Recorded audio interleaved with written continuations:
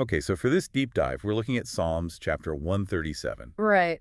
And it starts immediately with this incredibly vivid, quite sad scene. Yeah, people sitting by the rivers of Babylon, just weeping. Weaving because they remember Zion, they remember home. It sets the stage for, well, intense emotion. It really does. They're captives, right, in Yeah. Babylon, far from Jerusalem. Exactly. Displacement, grief.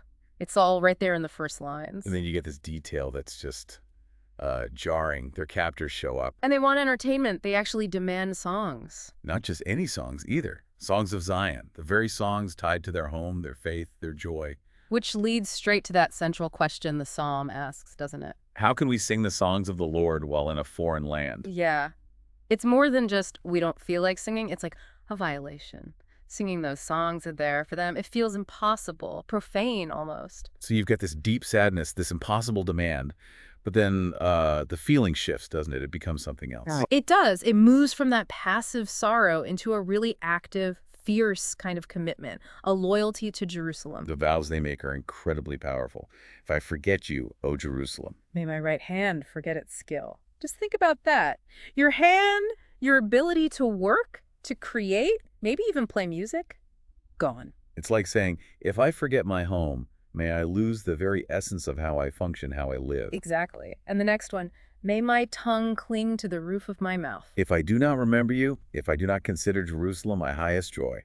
So forgetting is linked to silence, to losing your voice. And remembering isn't just memory, it's their peak happiness, their ultimate value. It shows just how deeply their identity, their whole sense of self and joy, was tied to Jerusalem, even maybe especially in exile. It's an incredible statement of devotion. But as you said, the psalm doesn't quite stay there emotionally. No, it takes a turn, a pretty sharp one actually, towards, well, vengeance. It really does. The focus shifts outwards, first towards the Edomites. Right? Calling on God to remember what the Edomites did.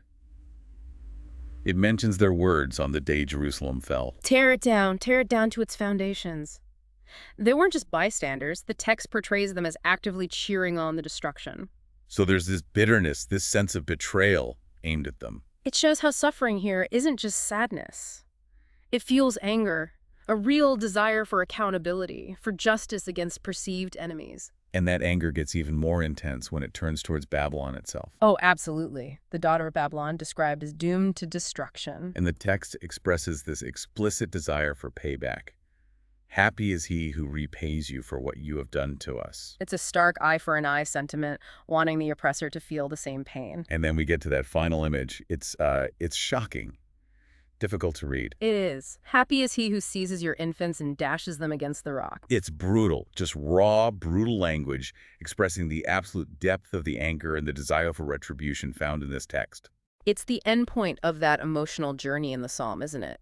From weeping by the river to these fierce vows of loyalty and then culminating in this visceral call for violence against the children of the oppressors. It's quite a range in one short piece of writing.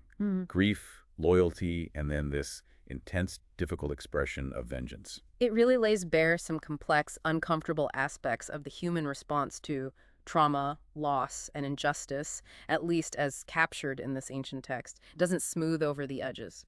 So when you look at the whole psalm, this mix of profound sorrow and really violent imagery, what does it challenge or maybe expand in our understanding of how people react to suffering based on what's written here? Well, it definitely resists easy answers, doesn't it? It forces you, the reader, to confront just how devastating loss can be and the dark, complicated places that pain can lead someone, according to this account.